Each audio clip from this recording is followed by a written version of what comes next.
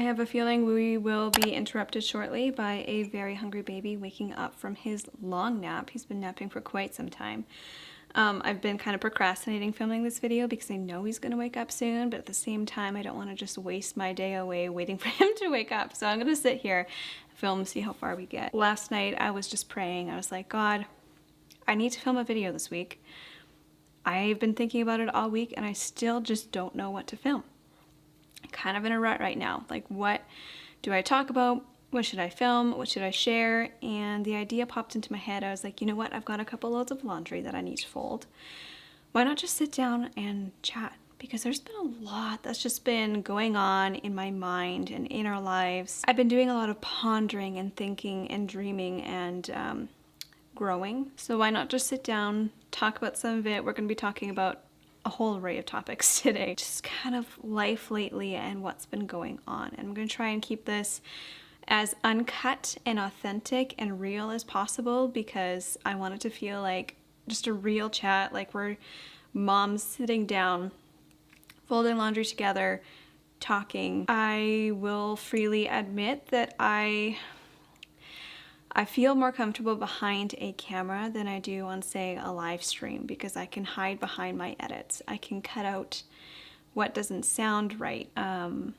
When I stumble across my words, when there's long spaces, when I say and like over and over again, I can cut that stuff out.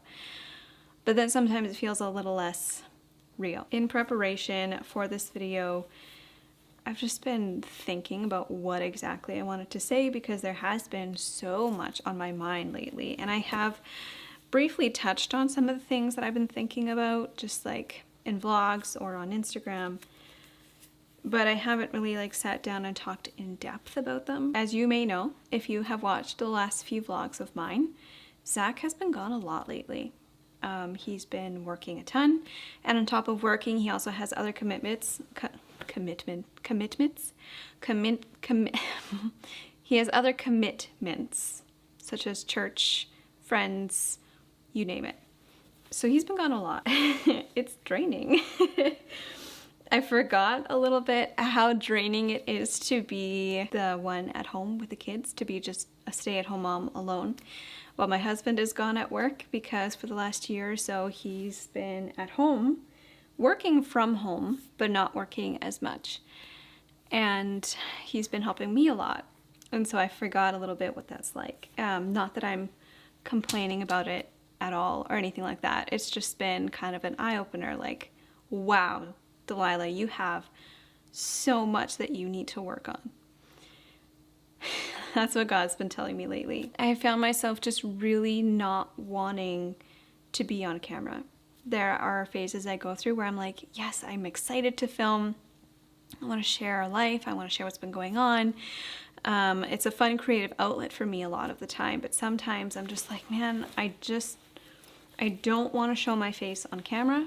I don't want to show my face online. I want to just live my life and not think about having a camera in my face. And I think that's where my introverted side really comes into play because I'm not a people person. I am someone who recharges from just being at home alone. So being with the kids all day, every day, or all evening or whatever, I just feel very drained and I feel like I need to recharge. And so pulling out a camera and talking to a camera feels more like work. Reading comments or DMs or emails feels like work because it's communication with someone. That's just a little bit about who I am and what my personality is like. And so it's been really tough for me to pick up the camera, to talk to the camera, and I feel like you can really sense that in my videos. You can kind of sense that I don't really want to be here, but it's my job, so I'm here anyway. And I know I can take time off. I know I don't have to put out 2 videos a week, but I also find that hard to do. I find it hard to not work and to not post because, like, if I go to a regular full-time job, I can't just say, hey, I don't really feel like coming into work today. Sorry. It doesn't work that way, right? So even though I work for myself, I still have that mentality really like driven into me, into my head. And so even if I really don't feel like showing up, I will probably force myself to anyway. So then I put all this like pressure on myself, and it can become really unhealthy. But at the same time, I think it's really good to be driven and to be dedicated. And this is something I've struggled with forever. I mean, I'm sure you know by now, this is something I struggle with. Zach's really good at saying like, hey Delilah, you've been working really hard. Let's slow down. Let's watch something. Let's just zone out for a minute. Let's rest. Let's step away from the computers, from the cameras for a little while. And I need that. This is me trying to remember where I was going with that, because I don't remember. That's another thing. My brain is shot. It's mush. I can't remember anything. I can't keep a conversation going unless the other person is like keeping me on track. So I don't have anyone to keep me on track right now. So my mind is like here and then here and then here and then here. Oh, and I'm at this place now too with my channel growing, with my kids getting older, that I'm like, I feel like I need to reassess what I share online and what I keep private. Because when I first started my channel, I mean, there was hardly anyone here. It was mostly just me and a few other people. The internet was different then. And so I shared pretty much everything. It felt like an escape. It felt like, honestly, it kept me sane. Filming videos, talking to a camera, talking to a community who was going through the same thing I was going through. It really helped keep me sane when I was a first-time mom. None of my other friends were moms. I felt really alone. And it was a really pleasant distraction. It was a creative outlet. It was everything I needed. And then fast forward a few years, my channel starts to grow. A lot of trolls start coming in, leaving hate comments.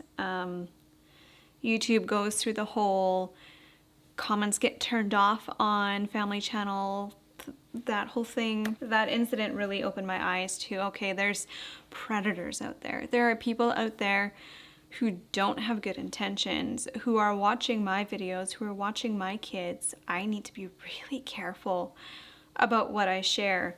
And as my channel continues to grow and my kids continue to grow older, I find myself having to reassess that more and more and really ask myself, like, is this something I should share? And I feel like the more I start to keep private, the less I have to share online. And I'm kind of in a spot now where I'm like, what am I doing? Like, what should I be sharing? If I were my kids, or if I was in their situation and my mom was sharing stuff online about me and sharing me online, what would I be comfortable with my mom sharing? And more it's becoming, I don't want all of that online. When I started my channel, it was more so for my own memory's sake. Honestly, that's how it started. Is I started vlogging so that we'd have the memories in the future. I don't want to stop doing that because still memories are incredibly important to me. Some people will feel completely different. Some people don't want their kids shown online at all. And that's cool. I respect that. But I don't think that's where God called me to be. I feel like He called me to be on social media to make a difference, to show the world what a Christian family looks like, to encourage people, to inspire people, to challenge people. That's what I feel like I'm called here for. And so I'm having a hard time doing that. I mean, I've been here for 5, it's been almost 5 years now, and I feel like I have filmed all the videos. I feel like I have touched on all the subjects. I feel like I don't have anything more to give other than just sharing my daily life and how I'm growing and how I'm changing and what we're doing. And then at the same time feeling like I need to be more private and share less of my personal life on social media. So I'm really having a hard time finding that balance. And I think that's part of the reason why I don't really want to be on camera, because I don't really know what to share. I know YouTube won't be something that I do forever. One day I think it'd be really cool to switch just to like Instagram, maybe pick up blogging, stuff like that, because that's less in depth, that's less personal. I can be a little bit more picky choosy about what I share, and there's still interest in that. But with YouTube, I feel like it's so competitive. It's incredibly competitive. I need to be so careful that I'm not like exploiting my children, that I'm not, that I'm sharing things that I feel okay sharing, while still keeping our personal life private. But as the algorithms change, as YouTube changes, it's becoming harder and harder to keep an audience engaged and interested. I know I've got a good 30, 40, maybe even 50,000 people, you guys, watching my channel who are dedicated, who enjoy coming here just to come here, who watch the ads through, who leave comments and likes and engage because you know that it helps my channel. And like, I can't tell you how much of a difference that makes in the algorithm and our paychecks, honestly. And I'm so thankful for you. So thankful for you. But YouTube looks for more than just the group of dedicated followers. Like, if I'm not getting a bunch of strangers to come and watch my videos, then things can start to go downhill for me in the business side of things on YouTube. Which is frustrating for me because I don't want it to be about business. I don't want it to be about money. But this is how my family makes an income. And quite honestly, if I wasn't making much from YouTube, I wouldn't be doing it. Not that I don't enjoy it, because I genuinely do enjoy it, but like, I feel like I could be using my time a lot more wisely doing other things. Sharing on other social media platforms that don't require so much work for a single post, if you know what I mean. Like, does that make sense? Because each video, there's so much time and thought and effort and planning that goes into it for sit-down videos. But if I'm like vlogging, then there's still time and thought put into it. I'm dragging a camera with me all day, everywhere I go. And that's not to mention all the editing that goes into each video. So like, each post, so much work goes into it. And if I wasn't making money from it, if I wasn't doing sponsorships, if I wasn't getting paid through ads, I would be elsewhere where my efforts would make a bigger difference. So I'm really torn. Like, I don't want it to be about the money. I want it to be more about the heart, about the genuine authenticity, about the realness, because I feel like so often when people get to this point on YouTube, everything becomes about the money. It becomes about clickbait. It becomes less quality videos, less authentic videos, and more just fake. It feels fake. And I don't want my channel to be fake. So I battle with myself often being like, hey, what I'm doing on social media is more than just money. It's more than just making videos. It's touching and reaching other moms around the world. And I've been realizing that a lot lately. I've been getting so many comments and letters in the mail through our P.O. box, and just people thanking me for what I do, for sharing how I've literally, some of you guys have literally told me that I've changed your life. Watching my videos got you out of a really dark spot in your life. And I read those, I'm gonna cry. I read those letters and I'm like, God, you are doing amazing things. Like, this is so cool. My little humble life that I film and share on the internet is literally changing lives. How cool. Like, how special. So all these thoughts are just running through my mind on a daily basis. Like, what do I film that's gonna do well for me business-wise, but that's also gonna touch the heart of those watching? My job is really cool. I don't want it to sound like I'm complaining, like, oh my gosh, my job is so hard, my life is so hard. That is not what I'm saying. But with every dream job comes challenges. This is no different. That was a lot. That was pretty rambly about my work. Moving on to other topics. I had a baby 4 months ago. William is 4 months old. Like, can you believe that? And we are still in that season of waking up multiple times throughout the night. Last night he had a pretty rough night. He was awake. I think he nursed like 4 times. I'm in a season right now where I'm not waking up before my family. and waking up with my family, and then trying to get my head like mentally ready for the day amongst the craziness of everyone being awake at the same time as me. And I don't function well that way.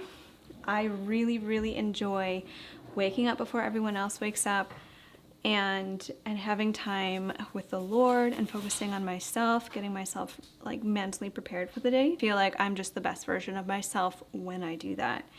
And so it's always tough for me in this season because I just always feel like I'm 5 steps behind. And a lot of that stems from just not having that time with the Lord and having a hard time squeezing time with the Lord in throughout my day.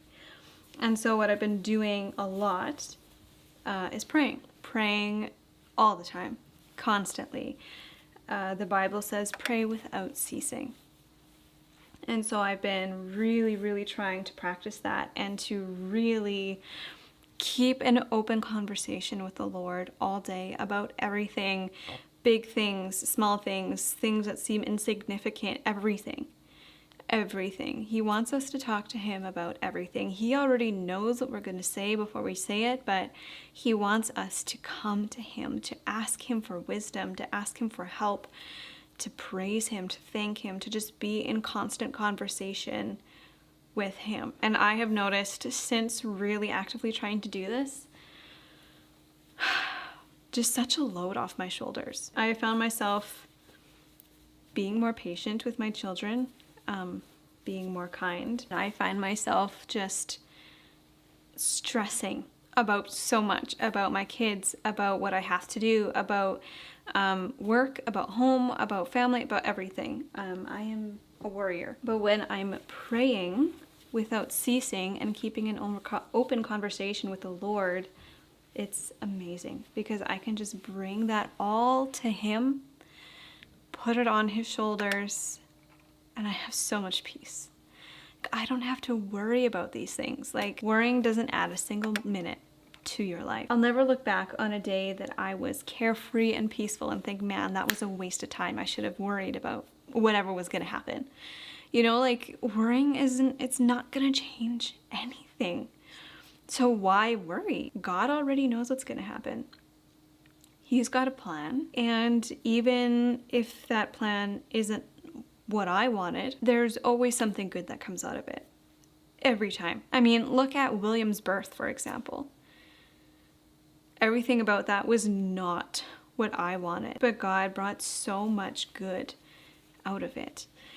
And to think that after all of that, all that I went through, I really don't feel like I have any mental struggles from that. I don't feel like I have any really hard lingering struggles. And even though it was so traumatic, I saw so much good come out of that traumatic experience. You know, the more that I spend time with the Lord and pray and dwell in him, the more that I just find so much joy in even the most mundane tasks. Doing laundry, I look forward to it. Cooking, I look forward to it. Cleaning my house, I look forward to it. Sometimes it feels like a lot, but it's not like I ever just really don't want to do it. I never thought I would say that ever.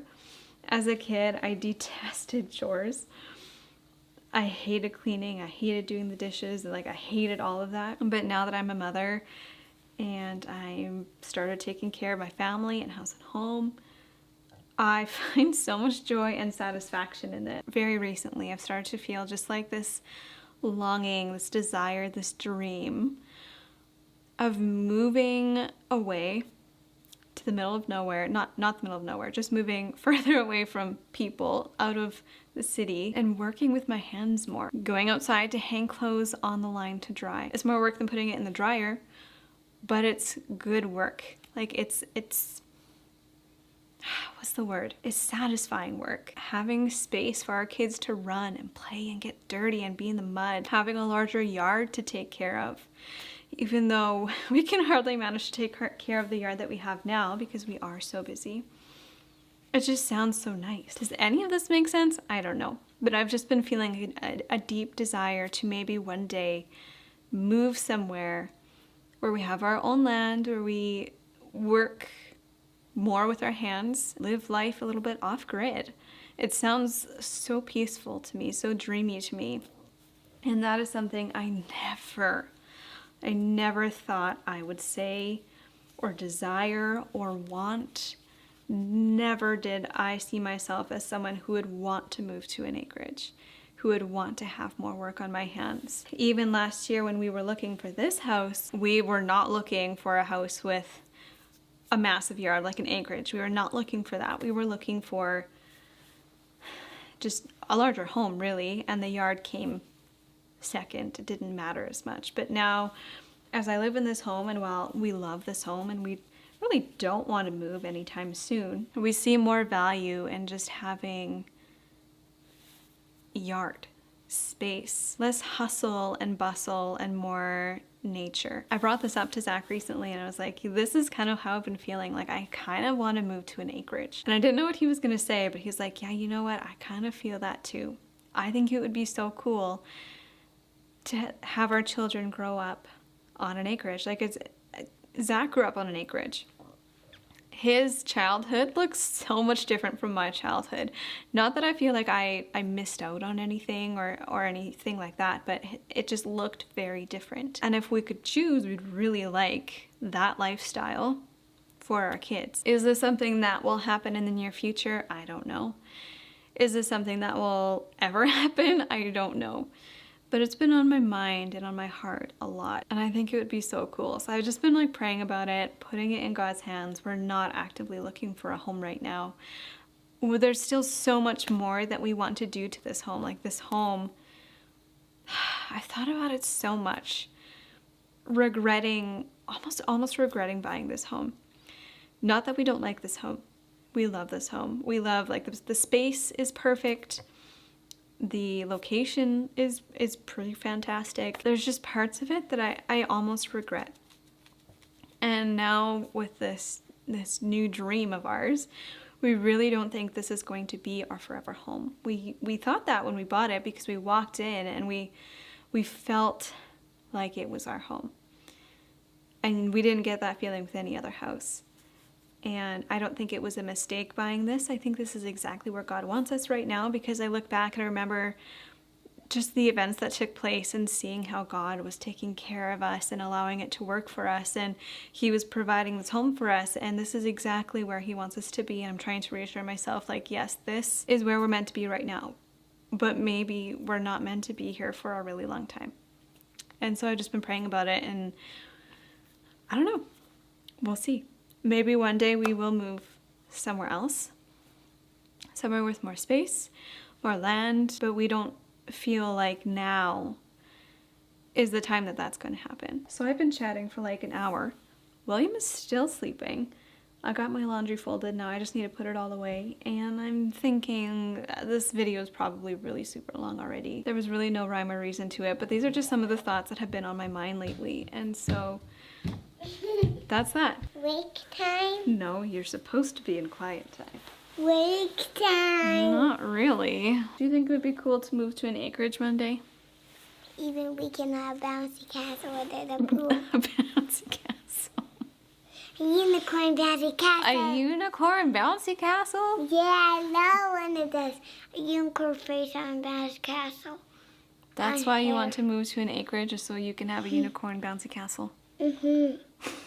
That's a good reason. Even I want the same house just like this one.